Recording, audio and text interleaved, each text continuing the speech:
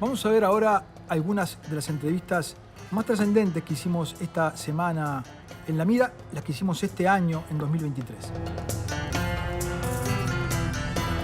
Esto es la comparación regional. Y tenemos que la pobreza infantil, estamos en menores de 14 años, Sí. Estamos en los niveles más bajos de América Latina. Ok. Es decir, 10% Uruguay, 20,5 Chile, que es el que nos sigue, o sea que tenemos la mitad de pobreza infantil. Sin embargo, el dato que lleva a confusión al senador del MPP, a Alejandro Sánchez, es el siguiente que vemos acá, que es infantilización de la pobreza.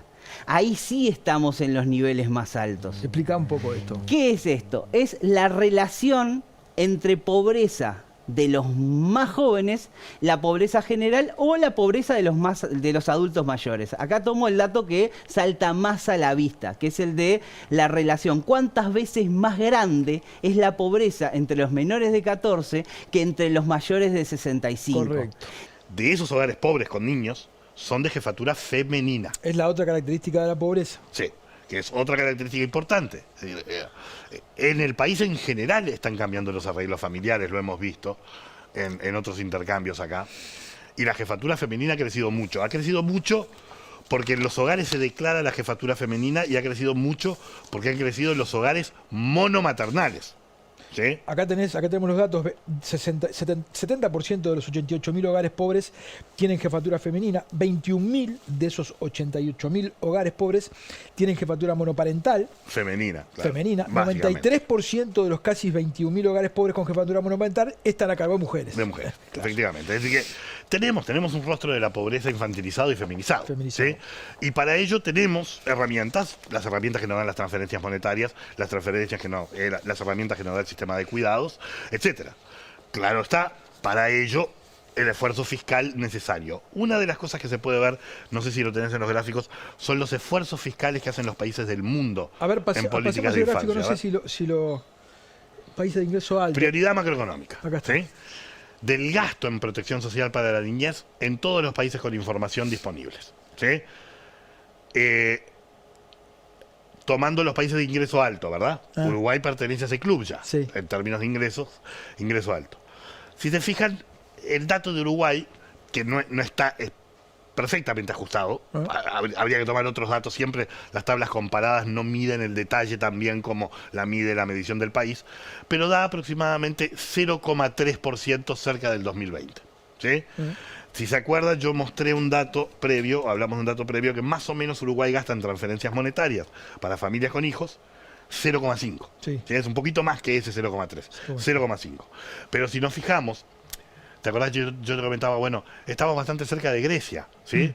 O estamos bastante cerca a una mitad del promedio. 2,3 es el promedio de pobreza en estos países, por Banco Mundial. 5 es nosotros.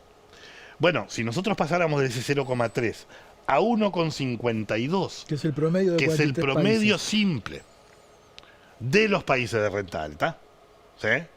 Entonces, acá mirando los datos que produce este documento, ya estaríamos por encima, 1,52, de lo que se estima para reducir la pobreza infantil a menos de la mitad.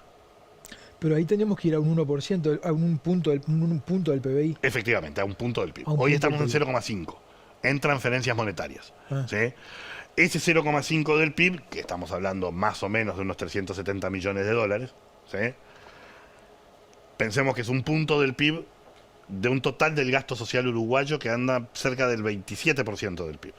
26-27% Un gasto del PIB. social importante que el país hace. Sin duda. 27%. Y pensá que no es el punto entero del PIB, 0,5 ya lo tenemos, es aumentar 0,5. Claro. Es encontrar espacio fiscal de 0,5 dentro del espacio fiscal de la política social, eso sería una posibilidad, o dentro del espacio fiscal del gasto público total. General. Pero esta es una imagen dura que nos interpela éticamente y conceptualmente, porque son dos niños que nacen con el mismo peso al nacer.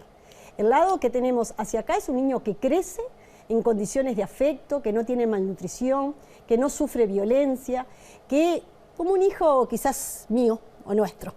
Del otro lado es la vulneración más grande, ética, que podemos hacer de un niño que llegó con deprivación afectiva, con violencia, con inseguridad alimentaria, que se crió en un hogar donde las necesidades básicas no están satisfechas.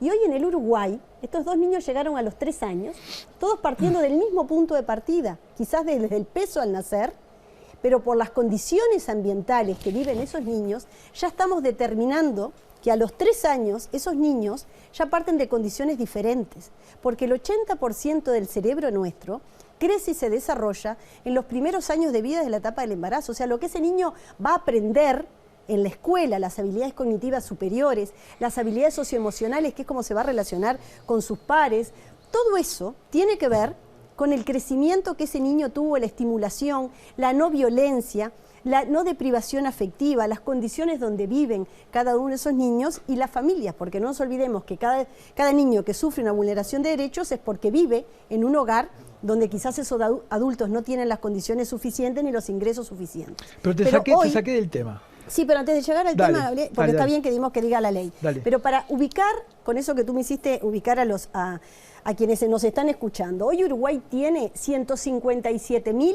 niños y adolescentes viviendo por debajo de la línea de la pobreza.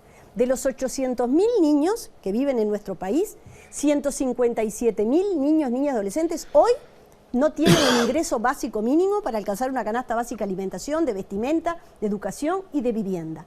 30.000 viven en condiciones de emergencia habitacional. Quiere decir que hoy, un día de invierno, viven en techo o paredes de desecho, piso de tierra y no acceso a baño ni a saneamiento. 7.500 niños se detecta por parte del Estado uruguayo, por el CIPIAB, alguna situación de violencia, maltrato y abuso. Y el Estado uruguayo repara con equipos interdisciplinarios de atención, de acompañamiento a ese niño y a esa familia, ni siquiera a un 10%. Y ahora en las últimas cifras de este primer semestre del año 2023 del CIPIAB, incorpora a esa cifra que ya nos tiene que doler interpelar del año 2022, 947 situaciones nuevas que diagnostica con alguna situación de abuso y maltrato. O sea, el Uruguay, por donde lo miremos, y hablemos del 16% de los hogares que tienen inseguridad alimentaria moderada grave, por donde lo veamos, hoy la infancia en el Uruguay vive en condiciones que nos deben interpelar de una forma gravísima. Hay algunos ejercicios que hemos hecho en escuelas del municipio de EFE y también en algunos espacios públicos, talleres con niñas y niños, y es muy común la referencia a las armas de fuego. Algo, que me gustaría cambiar de mi barrio, que no haya más tiros, ¿no? Pero ¿qué otra cosa te gustaría poner en la plaza? Bueno, no, que no haya más tiros, ¿no? Y bueno, son cosas que seguro, bueno, hemos hecho este mismo tipo de talleres en Parque Rodó, en Punta Carretas, y por supuesto que la respuesta de los niños y de las niñas son muy diferentes. Entonces hay un acostumbramiento a la violencia delictiva y a las armas de fuego. Por lo menos desde el punto de vista de la investigación, no siempre se cumple así cuando uno mira las políticas educativas, pero es cuanto antes mejor. La educación es casi que esencialmente una cosa de acumulaciones, ¿no? Uno va aprendiendo cuestiones más complejas sobre la base de aprendizajes más simples hasta llegar a aprendizajes que no son escolares, ¿no? Ningún niño aprende a leer si no incorporó el idioma, esto es algo que pasa antes de la escolarización, etcétera. Y por lo tanto, si uno espera que el fracaso escolar, sí, es una expresión bastante discutida, pero a mí me gusta ser enfático, es fracaso escolar. Un niño que abandona a los 14 años la educación formal es un fracaso, no del niño, ¿no? Pero es un fracaso del país, ponele.